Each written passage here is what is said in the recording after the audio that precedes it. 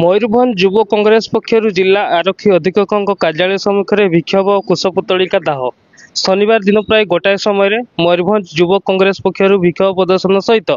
प्रधानमंत्री नरेंद्र मोदी, मुख्यमंत्री मोहन माझी और आरएसएस मोहन भागवत को कुशपुतलिका दाह कर युव कांग्रेस कहवा मुताबक राष्ट्र विरोधी मोहन भागवत को गस्त को गणतांत्रिक उपाय विरोध करथिबा प्रदेश छात्र कांग्रेस सभापति उदित नारायण प्रधान और छात्र कांग्रेस कर्मी को अगणतांत्रिक भाव गिरफ्त कर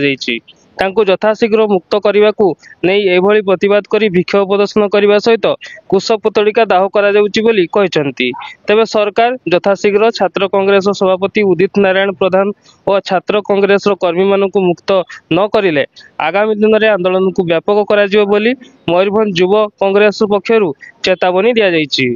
आम देश स्वाधीन 1947 बहुत जन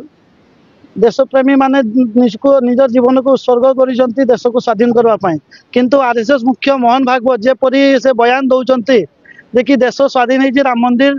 तैयारी सेटा बहुत निंदनीय बहुत माने खराब लगिला आउ से माने संविधान को तामाने से मानु नांती तांको मुताबिक माने संविधान किछि नुहे से एपरी स्टेटमेंट दौरान से आम छात्र कांग्रेस सभापति उदित नारायण प्रधान तांको कला पताका देखते भुवनेश्वर किंतु तो से उदित प्रधान जी अच्छा सी सांविधानिक हिसाब से कला पताका देखले किंतु एबे माने चक्रांत करी फॉरवर्ड करूचंती माने हैरान करूचंती जेल को पठे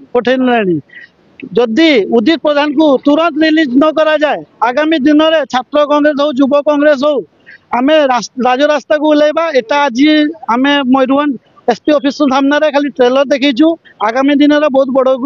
धरण करवा आम सरकार को चेतावनी मोहन सरकार जागी जाओ भूल करनी ना हैरान हम।